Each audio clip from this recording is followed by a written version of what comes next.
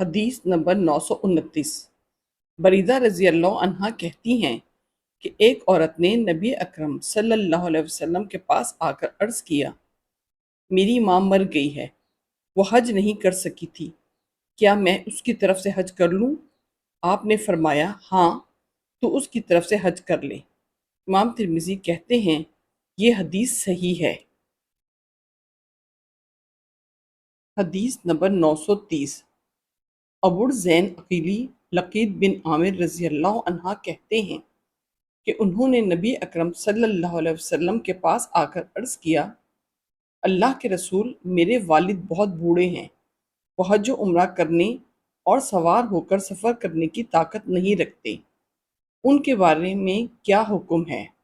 آپ نے فرمایا، تم اپنے والد کی طرف سے حج اور عمرہ کر لو۔ امام ترمذی کہتے ہیں یہ حدیث حسن صحیح ہے۔ عمرے کا ذکر صرف اسی حدیث میں مذکور ہوا ہے کہ آدمی غیر کی طرف سے عمرہ کر سکتا ہے۔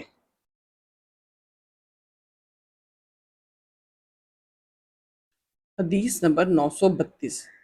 عبداللہ بن عباس رضی اللہ عنہما سے روایت ہے کہ نبی اکرم صلی اللہ علیہ وسلم نے فرمایا، عمرہ حج میں قیامت تک کے لیے داخل ہو چکا ہے۔ امام ترمذی کہتے ہیں ابن عباس رضی اللہ عنہما کی حدیث حسن ہے۔ اس حدیث کے معنی یہ ہیں کہ حج کے مہینوں میں عمرہ کرنے میں کوئی حرج نہیں۔ یہی تشریح شافعی، احمد اور اسحاق بن راہویہ نے بھی کی ہے کہ جاہلیت کے مہینوں میں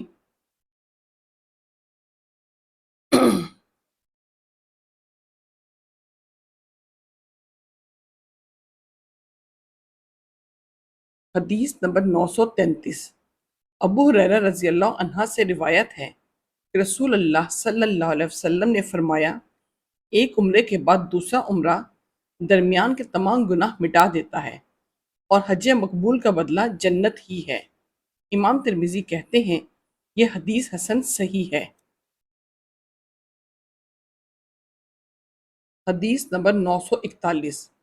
عبداللہ بن عباس رضی اللہ عنہما کہتے ہیں کہ زبایہ بنت زبیر نے نبی اکرم صلی اللہ علیہ وسلم کے پاس آ کر کہا، اللہ کے رسول، میں حج کا ارادہ رکھتی ہوں، تو کیا میں یہ شرط لگا سکتی ہوں کہ اگر کوئی عذر شرعی لاحق ہوا تو احرام کھول دوں گی؟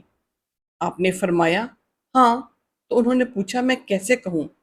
آپ نے فرمایا، ترجمہ، حاضر ہوں اے اللہ، حاضر ہوں، حاضر ہوں میرے احرام کے کھولنے کی جگہ وہ ہے جہاں تو مجھے روک دے۔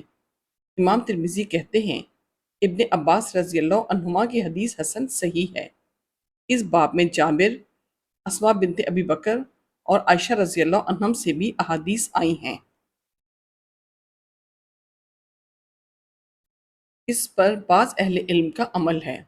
وہ حج میں شرط لگا لینے کو درست سمجھتے ہیں۔ وہ کہتے ہیں کہ اگر اس نے شرط کر لی پھر اسے کو مرض یا عذر لاحق ہوا تو اس کے لیے جائز ہے کہ وہ حلال ہو جائے اور اپنے احرام سے نکل آئے۔ یہی شافعی، احمد اور اسحاق بن راہویہ کا بھی قول ہے۔ لیکن بعض اہل علم حج میں شرط لگانے کے قائل نہیں ہیں۔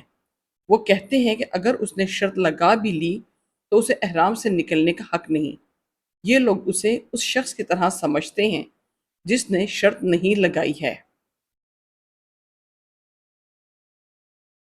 حدیث نمبر 942۔ عبداللہ بن عمر رضی اللہ عنہما کہتے ہیں کہ وہ حج میں شرط لگانے سے انکار کرتے تھے اور کہتے تھے، کیا تمہارے لیے تمہارے نبی اکرم صلی اللہ علیہ وسلم کا طریقہ کافی نہیں ہے؟ امام ترمذی کہتے ہیں یہ حدیث حسن صحیح ہے۔